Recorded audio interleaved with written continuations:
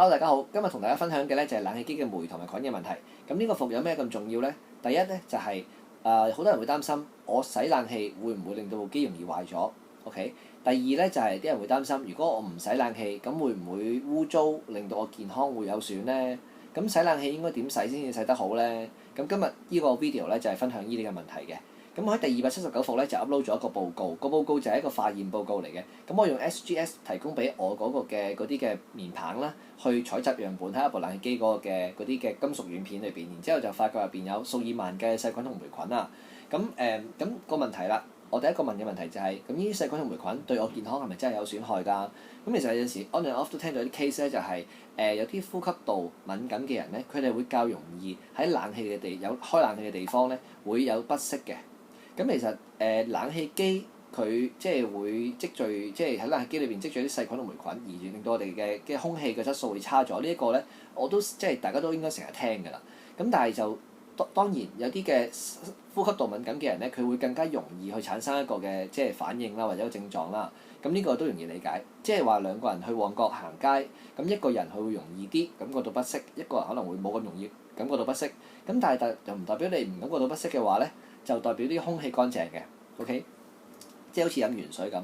咁你飲完水嘅話，你未必會即刻感覺到有啲咩問題，但係唔代表啲水就健康。又或者咁講，有得揀，我梗係想要健康嘅水，而唔想有啲冇咁健康嘅水㗎啦。無論佢即時對我健康有冇一個好即係症狀去產生出嚟 ，OK。咁呢個就係我對於冷氣機細菌同埋霉菌個影響各方面嘅睇法啦。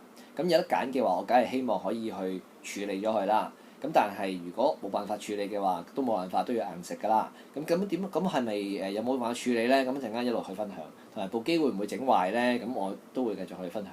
OK，咁我喺嗰個嘅 post 裏邊咧有5點嘅。咁第一點就係話用乜嘢去洗冷氣？咁其實出邊咧市場上有3種嘅方式。第一種係用水。咁用水洗唔洗得乾淨咧？我咁睇嘅。如果我用水洗碗洗得乾淨，咁點解會有洗潔精賣咧？係咪？咁水一定係有啲嘢係做唔到，咁所以點會有清潔劑嘅出現？但係啦，咁係咪絕對嘅咧？因為出邊洗冷氣都有好多人係用水洗冷氣，甚至有啲嘅自己物業嘅咁嘅公司，咁佢就叫人哋洗冷氣一定唔可以用嗰啲 coil 水，因為驚揦爛部機咁樣，咁啊規定要用水添。咁我諗用水洗冷氣點都係好過唔洗嘅，係啦。但係用水係咪洗得乾淨咧？咁呢個就大家自己判斷啦。咁第二啦，就係用酸去洗冷氣會唔會傷機？嗱，用酸洗冷氣傷機咧？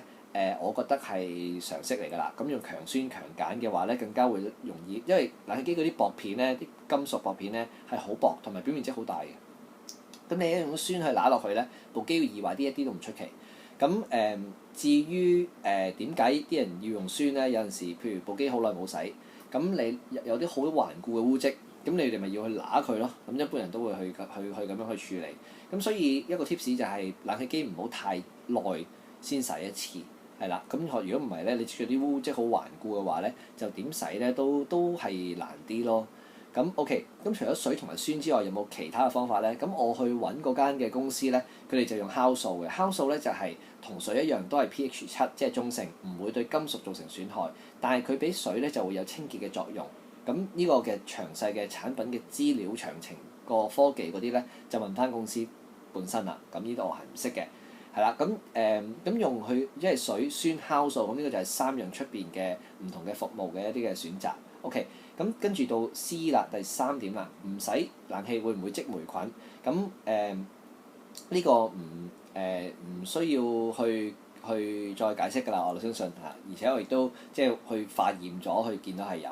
OK，咁如果你要自己化驗嘅，就要俾幾百蚊去揾 SGS 去化驗下有幾多菌啦。OK，咁當然空氣嘅污染嘅程度，如果你嘅地區係污染強啲嘅，自然就會有更加多添啦。咁呢個自己判斷啦。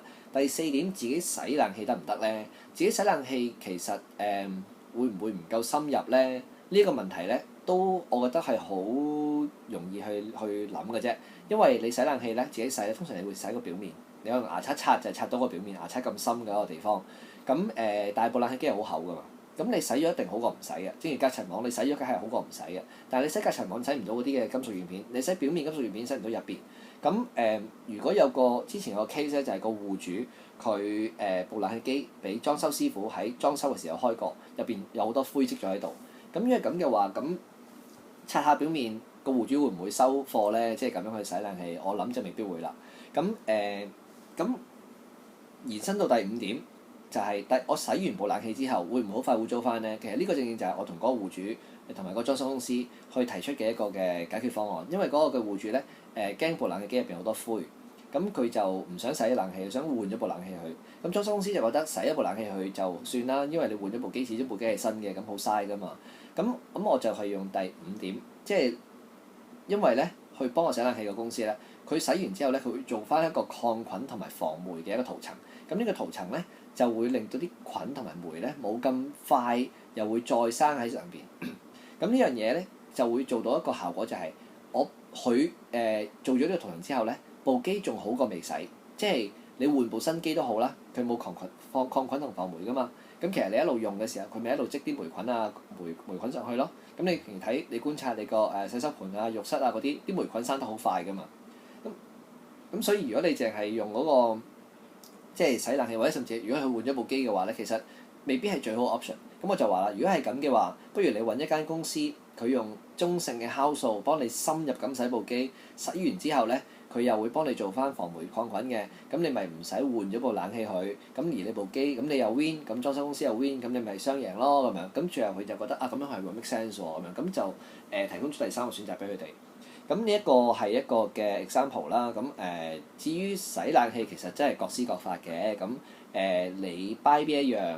咁我諗最緊要係你接觸嘅資訊夠多，咁然之後你就可以自己去判斷啦。咁其實除咗用唔同嘅方式去洗冷氣之外，點樣處理個霉同菌嘅問題咧？仲有多一個 tips 俾大家。咁喺坊間我嗰日喺行日本城咧，見到有個 3M 嗰個嘅咩隔菌紙啊，係啦，咁可以擺落嗰個嘅隔塵網度。咁我諗都會有啲幫助嘅。咁嗰個嘅佢有唔同嘅密度啦，咁就去隔唔同嘅嘢啦。